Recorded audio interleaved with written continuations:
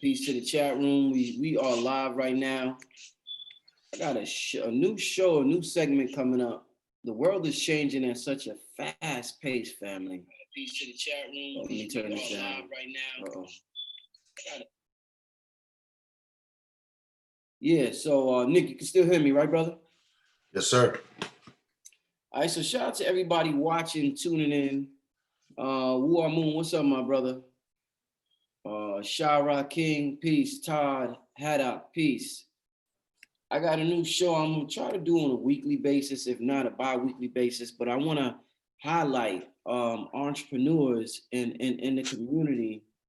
And I think it's real. I just seen a report today that said LA County has extended its stay-at-home policy until August. And a lot of people are devastated right now. To basically they're stopping a lot of people's livelihoods. So we're gonna have to learn how to connect and do business with each other in the digital realm, in the virtual realm.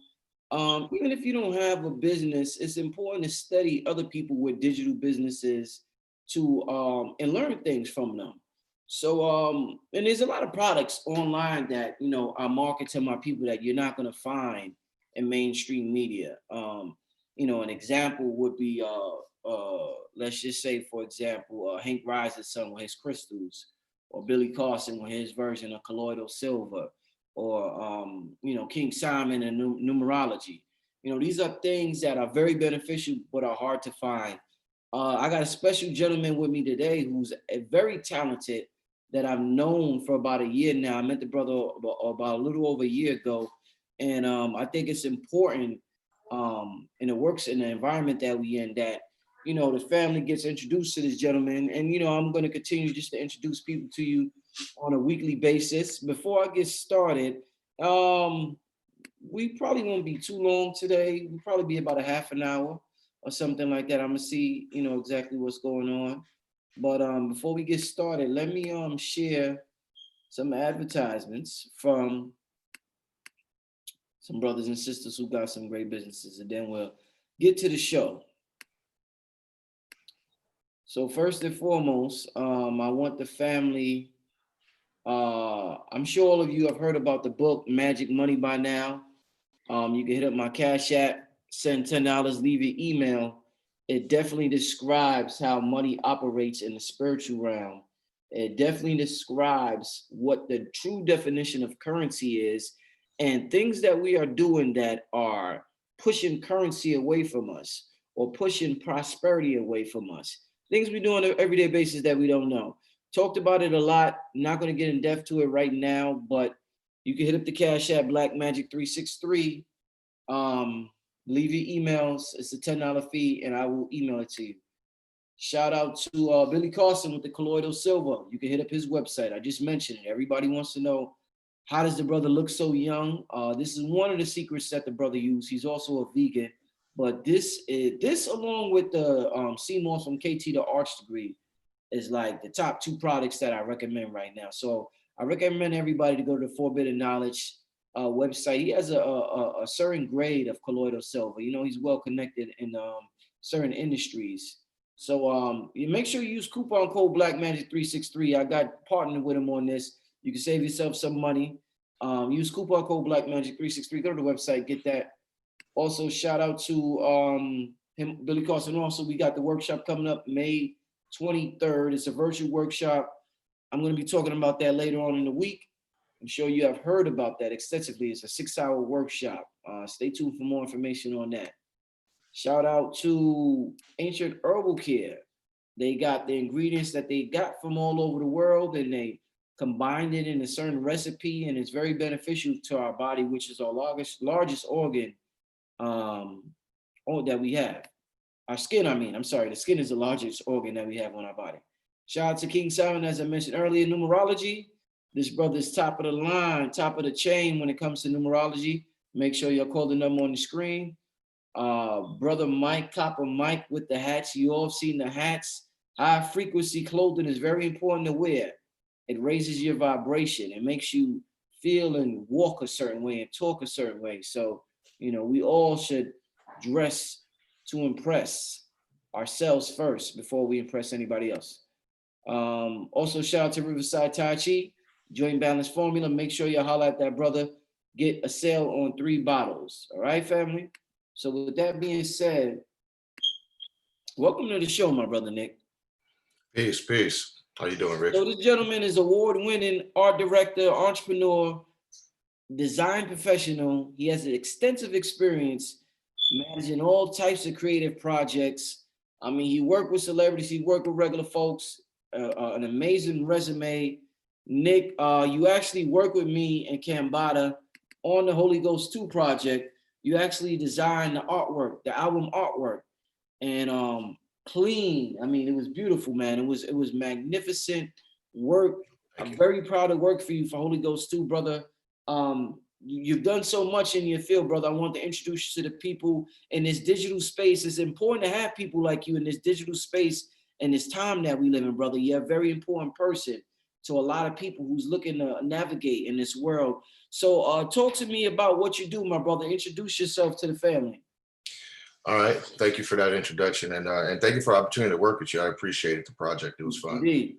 And I'm glad how it came out. So by trade, you could say I'm a graphic designer. But I normally function in the capacity of an art director, creative director.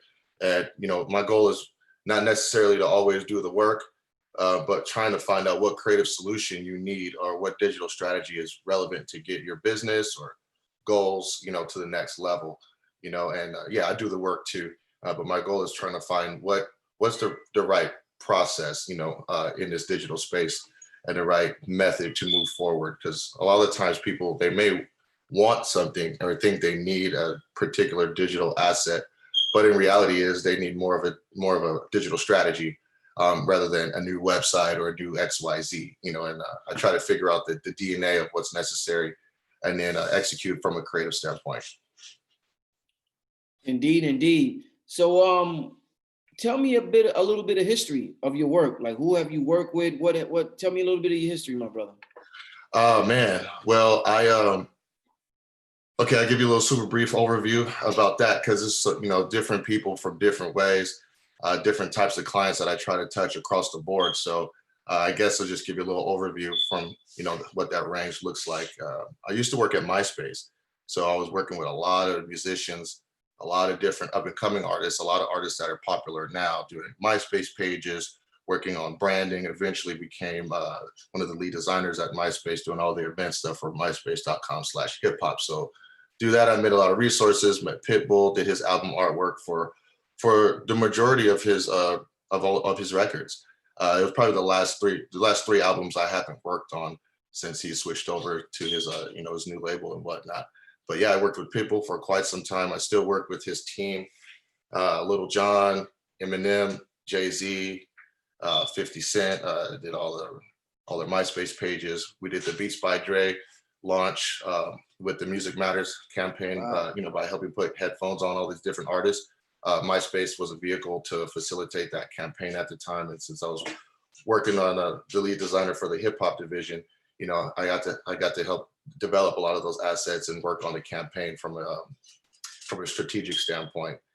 What else? And that's more like some entertainment stuff. Then it comes from movies. There are a lot of movie posters. So I worked with Disney, worked with the Notorious film, did a lot of the promotional assets, built a website, did some key art for that. What else? Something you guys probably would know. A lot of the new up and coming artists, I kind of have a hand in some of the things that they're doing right now. I work with Dexter, who else? The ASAP crew, Ferg, did some album art with them. So there's just a lot of different people that I've worked with and touched on, throughout my career, from entertainment to startups to film. It's really diverse. You, for example, so a lot of different personalities, a lot of different realms that I try to keep my hands in. So if I need art, I need to hit up Nick Foster. Do you do video? Like, as far as video work? Any video work? Yeah. I can do some editing. I wouldn't wave a flag, say that's my forte, in my super wheelhouse. I have a fundamental sense of what needs to be executed. But my biggest thing is basically you can call me the DJ Khaled of design, right? Even if I don't do everything, I'll bring all the right elements together and compose it properly to have a high level execution, because I can write a treatment, I can understand the development process, the technical process, whether it's Photoshop or video or photography. And then, even if it's music, just really understanding what energy and what feeling needs to be conveyed from the deliverable. And then from that point, we'll figure out the high level way to do it. But yeah, I can do video too. I have a team actually with me. I have an assistant and I have a few designers under me that, I try to keep as much in-house as possible. So, even if I don't do it, I can get it done. My thing is, if you can see it or hear it, I can make it happen. So how has yeah. your industry been impacted by the quarantine and COVID-19? How is that affecting you, my brother? And where do you see the world going from this point? Your industry going? Well, it's interesting because, for example, I said I do a lot of film stuff. I can't say or show you anything, or say exactly what, but I've been an integral part of the actual Dune 2020 film that's coming out. I'm working directly with Legendary Pictures for some assets and doing some deliverables. And I've realized that working with film and some of the bigger companies, they've been shutting down. Like that particular project, the entire Legendary office was shut down. We had to do everything from home, which is where I'm at now. But from like a more startup perspective and individuals, a lot of those people seems like they have more of a resource now to get to someone like at my level or other creatives that are a little bit more accessible because they're not in the agency space anymore. You know what I mean? A lot of people are doing their thing or working from home, and they need either some extra income or whatever the case may be. So it's kind of a double-edged sword. You kind of lose a little bit on one side, but you gain some on the other side. And as long as you get your brand out there, you're gonna maintain a high level of work. Like I actually have gotten more busy due to the quarantine. I lost, like, again, a couple of big accounts, not really lost, but put on pause, right? Until things kind of re-facilitate. But other new accounts, I've had a super increase in that, to the point where I'm starting to, ramp up my support team and get them involved at a high level as well. So, it's a double-edged sword for sure. Indeed. Why do you think what do you think distinguishes you from everybody else out there that's doing artwork, my brother? What makes you stand out? So my dogs are going a little crazy. They're trying to protect me. You said what makes me stand out, brother? Is that what you said? Yeah. From everybody. Why should I call Nick Foster if I need a job done? What is it about you, my brother? I'll give you the real answer. And this is just me being confident. Is that I have just the skills and the experience. But the biggest thing is understanding how to not do too much. Again, I try to look at things from more of a design strategy standpoint. A lot of designers, they either don't understand the business aspect of what they're actually doing, or they don't have the skills, or the experience as an artist, to facilitate the business needs and even interpret that properly. So I try to combine that into one person, which is my brand, Machine. High level art, but also everything we make is based on a strategic standpoint. We're not just going to design something to make it, or sometimes you know how it is. When we were working on some of the artwork, you guys, I was like fighting for some of the concepts that this didn't necessarily fit in the overall brand and aesthetic that Rich had wanted to go for, which I think was a good choice in the end result, and I'm really happy. But earlier on, I was fighting for that, and that's kind of what separates the majority of designers from people who just do Photoshop.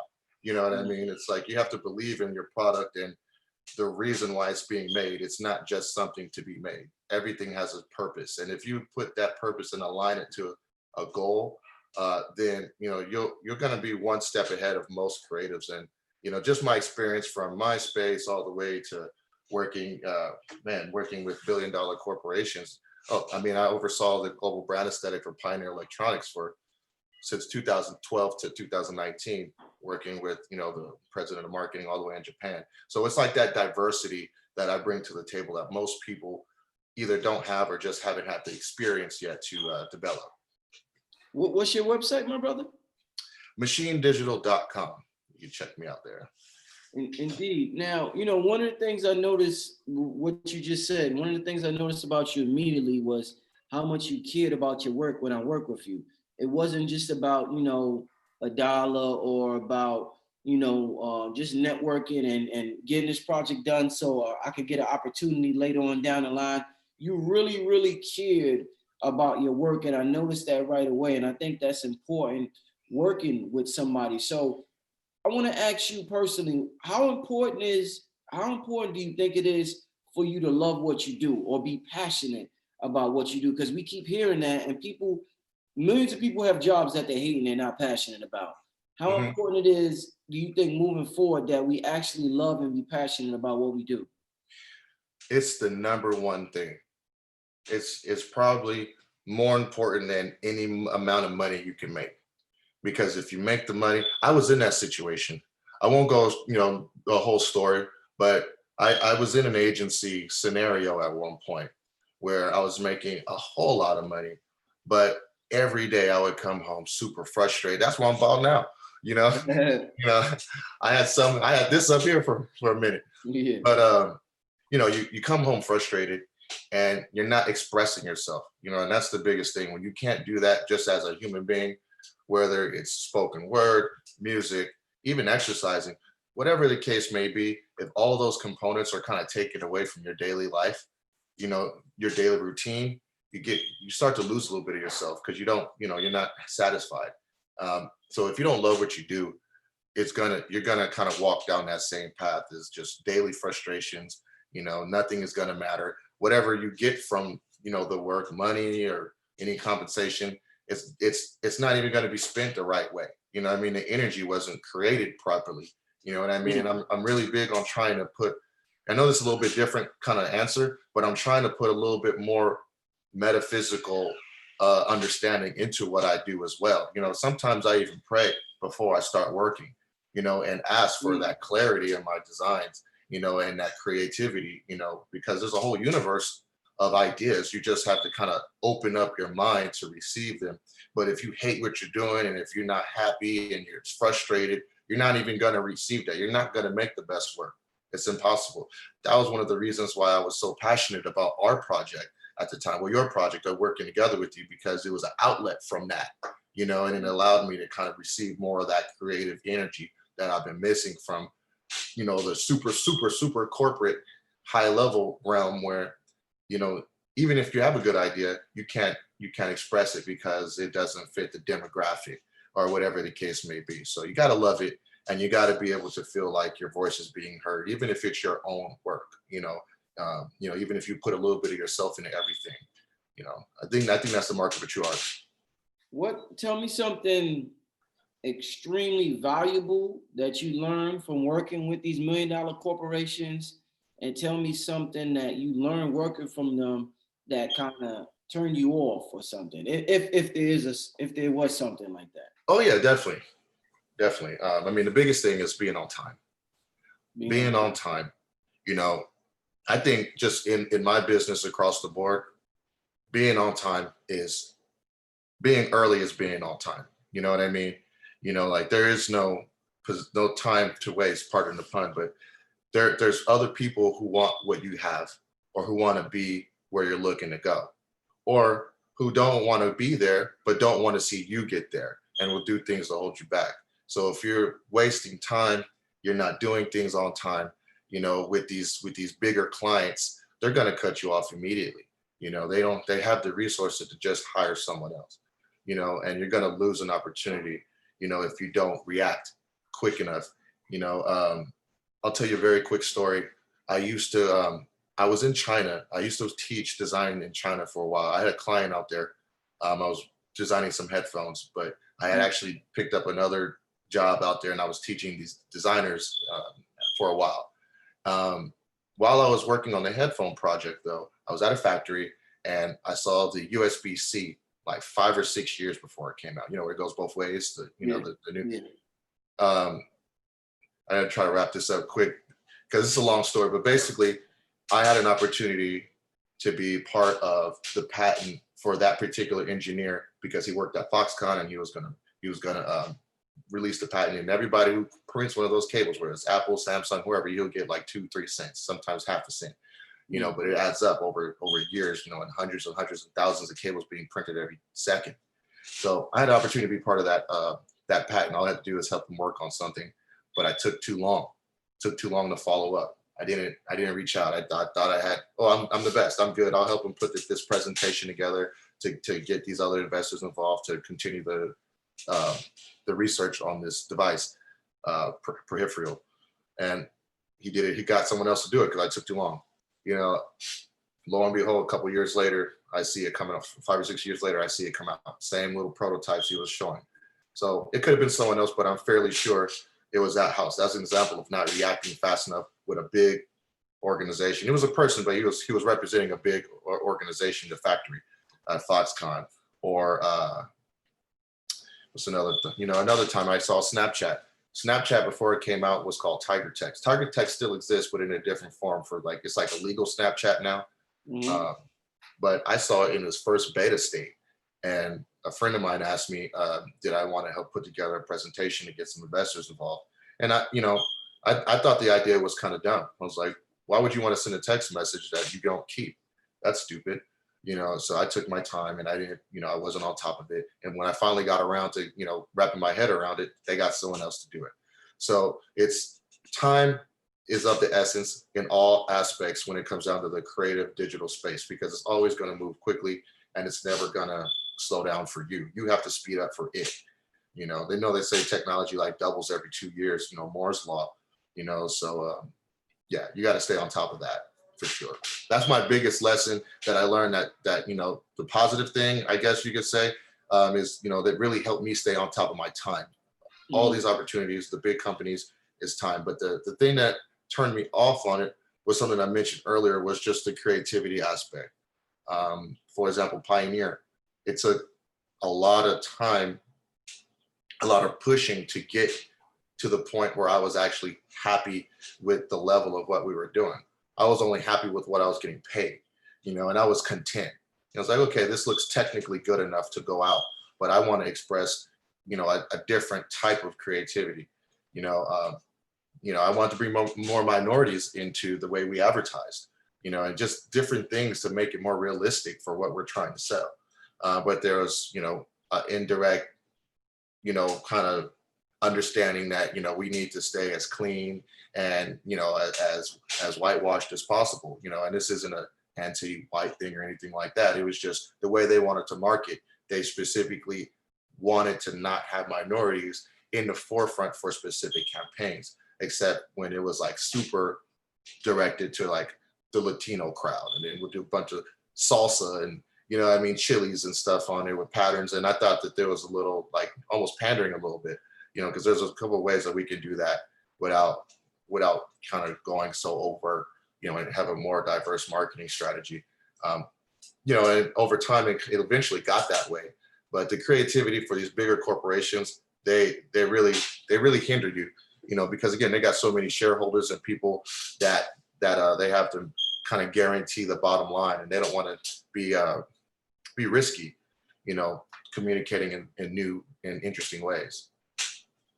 So, as a creative and also as an entrepreneur who obviously, your goal is to make money doing what you love to do,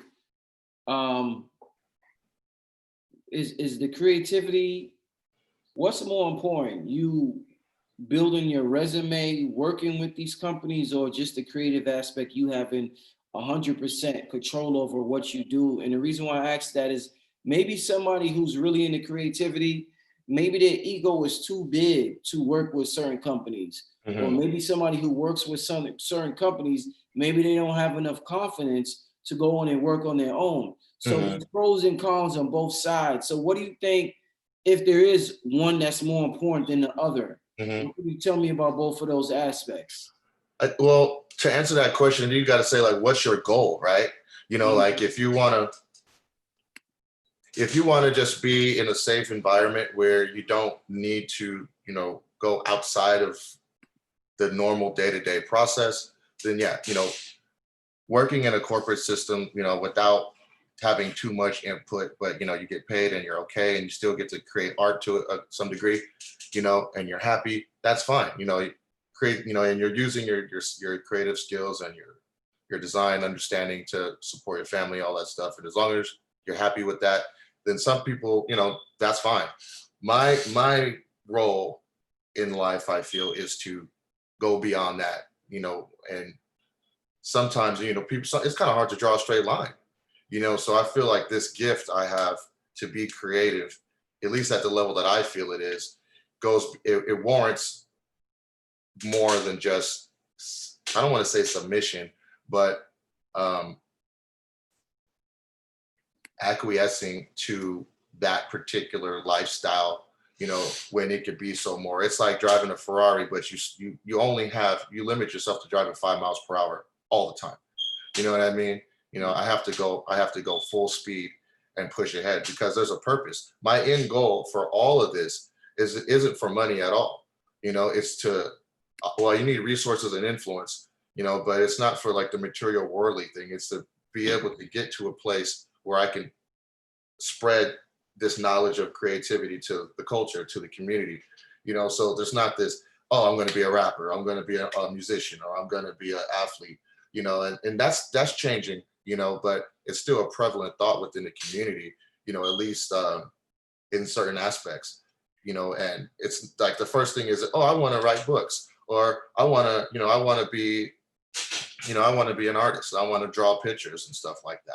And then when you do that, it gets ostracized to some degree, so I want to be able to get influence, resources, and the ability to transfer, the same passion that I have for design and creativity, and, really helping this world communicate, and allow us to have this platform. So it really just depends on your goal. If your goal is to do something more with the gift, then it's not okay to be in those environments. They're only going to hold you back.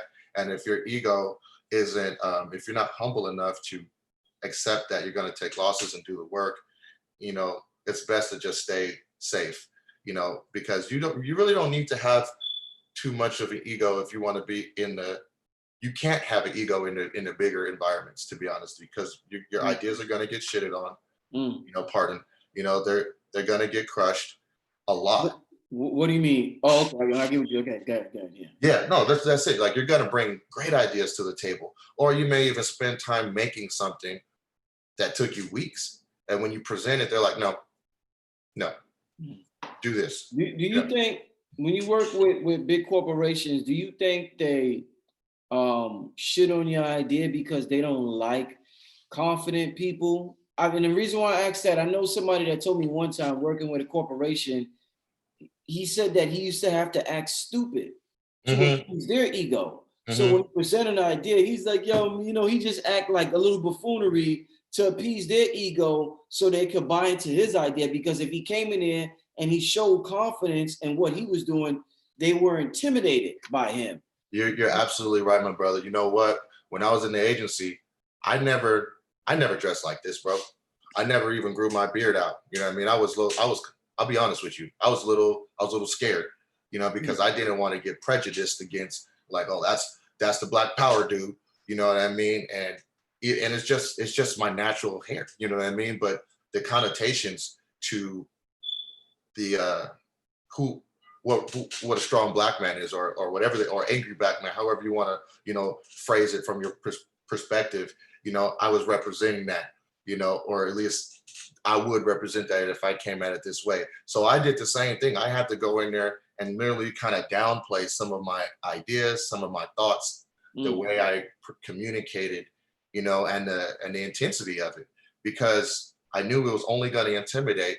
And literally the moment I started to have just a little bit more agency, within the agency, it started to escalate to something that was, it got out of control. You know what I mean? Like for example, I'll give you a quick bit. I had a brilliant idea on how to do something. It was for a project, a campaign, and I wrote it down. They were like, oh, they shitted on it. They were like, no, we don't know, man. We don't know if we can do that. Da, da, da. the project manager, not even part of the creative team or anything, literally said the same thing. And they're like, that might work. And I was like, that's literally what I just said. That's like literally what I just said. And they're like, well, it makes sense because if we do it the way she said it, we can save money. I was like, okay, well, all we have to do is pivot this one thing. I mean, you know what I mean? But it's little things like that that you'll start to notice it. So you definitely got to keep your ego in check, or be able to understand who you are. You know what I mean? Because eventually it went like this, like a roller coaster. At first I got super upset, and then I just eventually was on some super prideful, like, I don't care about none of y'all. You know what I mean? And then that's eventually when my life started to pivot into more of me running my own thing, and I started taking on even bigger clients that the agency had. You know, but yeah, definitely you have to downplay yourself sometimes, being a minority.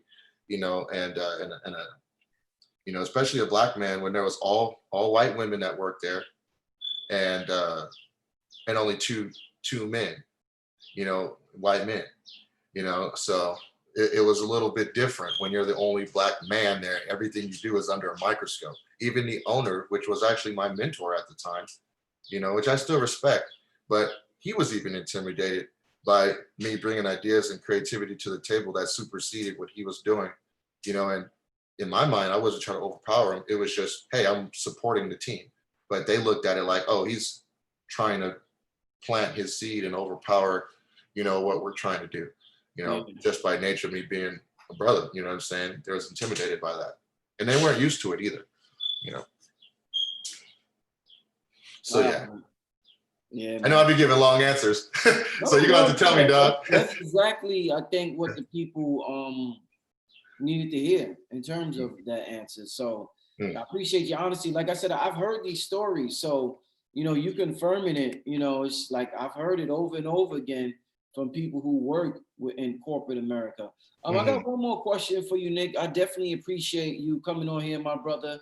Like I said, family, every week or bi-weekly, I'm going to be featuring some entrepreneurs. The world is changing rapidly at a fast rate. We're going to have to learn to connect with each other, network with each other, support each other, and learn from each other.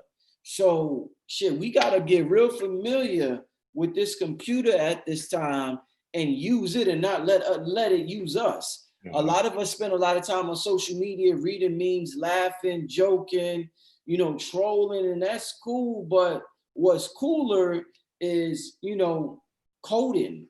What's cooler is, you know, marketing your business. What's cooler is watching somebody you can learn from. That's a little bit cooler than just laughing at memes all day. So that's the purpose of me having this brother on here today. Like I said, the brother does brilliant artwork. We all need art. It's impossible to be involved in this realm, this digital realm, without having art. So I'm literally presenting somebody to you that you can literally hit up and use on a consistent basis. Tell me your website one more time, my brother. Machinedigital.com, MACHINEDIGITAL.com. So I got, well, I think I pretty much, I was going to ask you, so let me just say it like this, because the majority of my audience are what we call, you know, Black. A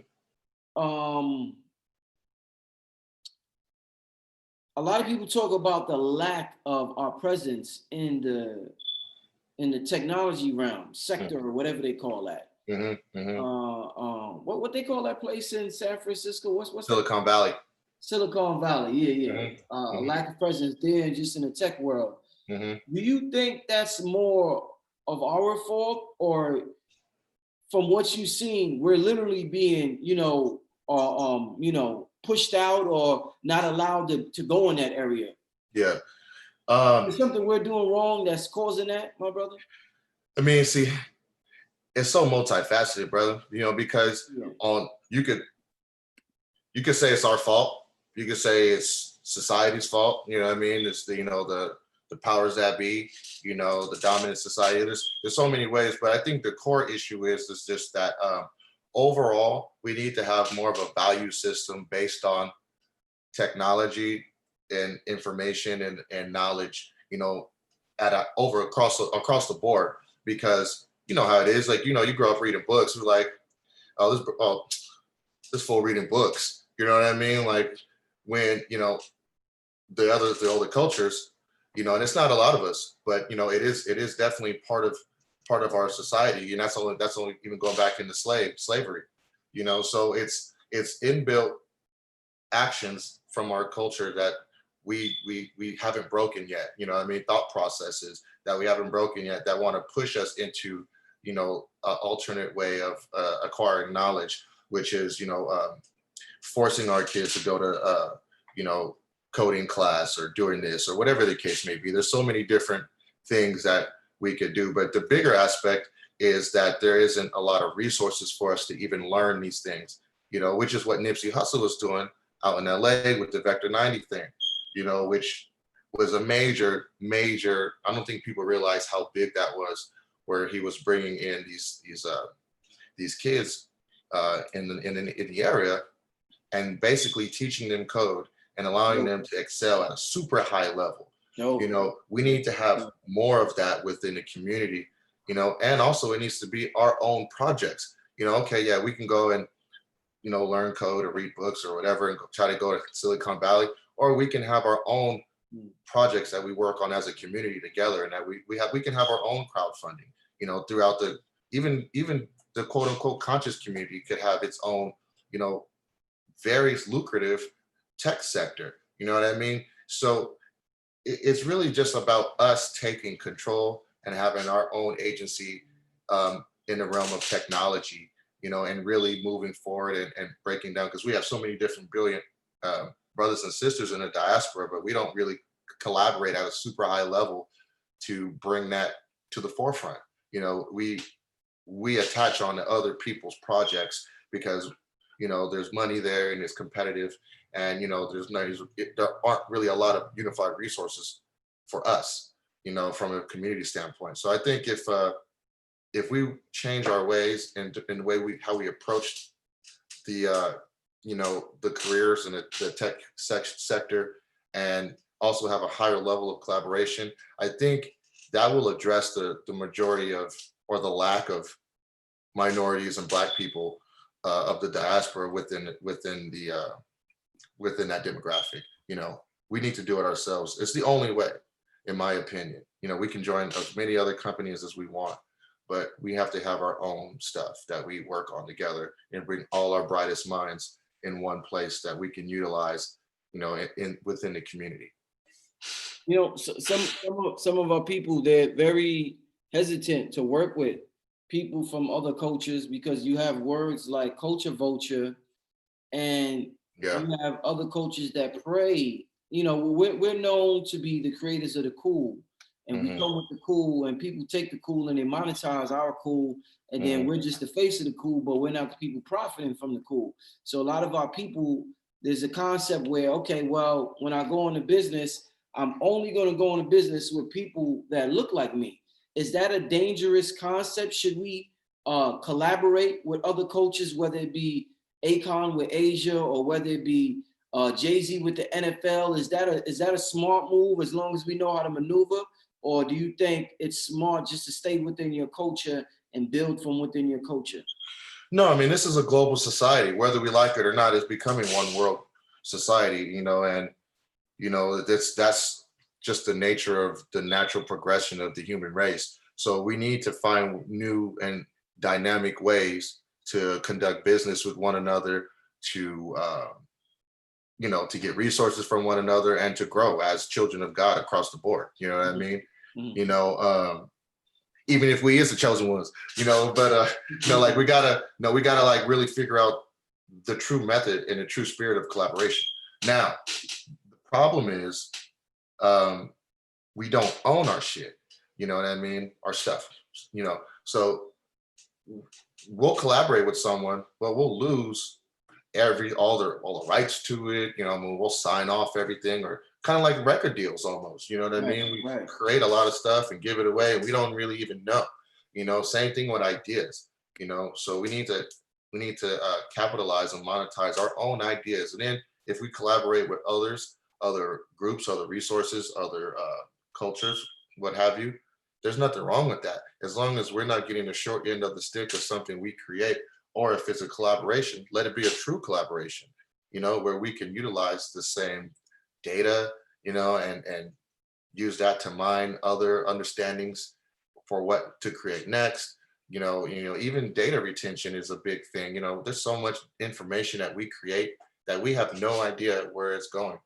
You know, um, from social media to just your day-to-day interactions. But if we can quantize that data within our own community, we can understand our actions better, and how we utilize apps, how we browse the web, and find new ways to communicate even better, internally and with everyone else. But we don't even have the data to understand actions and to create, models properly, to interact and to move forward, in a productive manner. So, it's a multifaceted question, but yeah, there's definitely nothing wrong with collaborating with others, and we should, because we're not going to move forward unless we do that.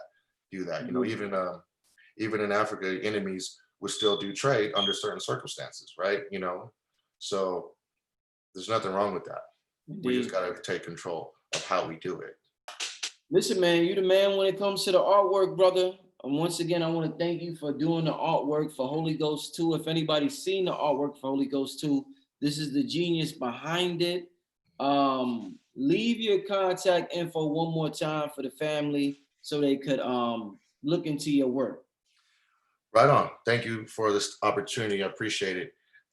You can reach me at Nick@Machine Digital. That's my email, and my website is www.machinedigital.com. And can I drop my phone number too? Definitely. Go ahead, brother. Okay, so yeah, you can give me a call on the office line, the home office line, at 323-972-7146. Shoot me a text, give me a call. I'd love to work with you and see if we can make something great. Maybe, hold on. I'm trying to write that number down in the chat real quick. 323 Yeah. 972 972, right? Yeah, 972-7146. Yeah, I just posted the number in the chat. So yeah, holla at the brother, call the brother, or hit the brother's website up. But yeah, Nick, once again, my brother, I'll probably give you a call tomorrow, my brother, Okay. and I'll chop it up with you, man. But great interview, my brother. I definitely appreciate your time, man, and good luck with everything that you do. Likewise, brother. Appreciate you. All right, peace, brother. Peace. All right, family. So yeah, that's my brother Nick Forster. Like I said, he did the Holy Ghost 2 cover. I just wanted to tell y'all real quick. I got the shout out to Sci-Fi in the chat room, moderating it. I got a new text messaging app. I want y'all to holler at me. YouTube act crazy as far as updates. I mean, as far as notifications, a lot of people don't get notifications when I go live, and a lot of people don't get notifications just as far as a lot of things with my channel when I put a post on the channel or whatever. So I'm down with this new service called Community, and you're able to text me directly and I can talk to y'all, and it's way better than email. It's better than waiting for YouTube notification. So I want actually in the description, I got the number right there. So for everybody who wants to stay up to date with the channel Black Magic 363, text me at 646-760-7806 and leave your name. You got to fill out a quick form, leave your name and everything, and you'll be up to date. And whenever I upload a new video, you'll get a text, or any updates I got as far as the channel, you guys will get text. So make sure you text Brother Rich. Brother Rich is expanding. I got the text app now, and I don't have to rely on YouTube. They acting crazy funny, especially during these quarantine times, because they don't want this type of information out to the people. A lot of people are getting banned, videos are getting snatched. So it's important that we stay in contact and have a way, to maneuver beyond these media outlets. So once again, 646-760-7806. The number's in the description. text that number and sign up, and I will put you on the list. And whenever there's an update or a notification or a new video, if I'm going live, whatever, you'll get a text right away, and you can log in right there on your phone or go on your computer to log in. But like I said, because of what's going on, the world is changing rapidly. I'm going to be having weekly or bi-weekly. I'm going to be having different entrepreneurs on the show talking about business, whatever their business is, and helping us to understand exactly how this world works beyond the 9 to 5 so that we could participate in that world, so that we, even if we got a 9 to 5, we could get a little side hustle, or we could just, it's interesting. If you just want to support brothers and sisters and get products, you don't have to be an entrepreneur to be involved in entrepreneurship or interested in the show. But I want to thank you all for tuning in. I'll be back tomorrow. Probably with Cam Bada. Me and Cam Bada is going to do a show tomorrow. On Thursday, I'm doing a show with Billy Carson. Friday, I got a special guest for you. I'm not saying the name yet, but stay tuned for Friday. But the next 3 days, it's a lineup for each day. Brother Rich is tired. I'm getting out of here. Thank everybody for watching. I'm going to see you tomorrow, right, family? Peace.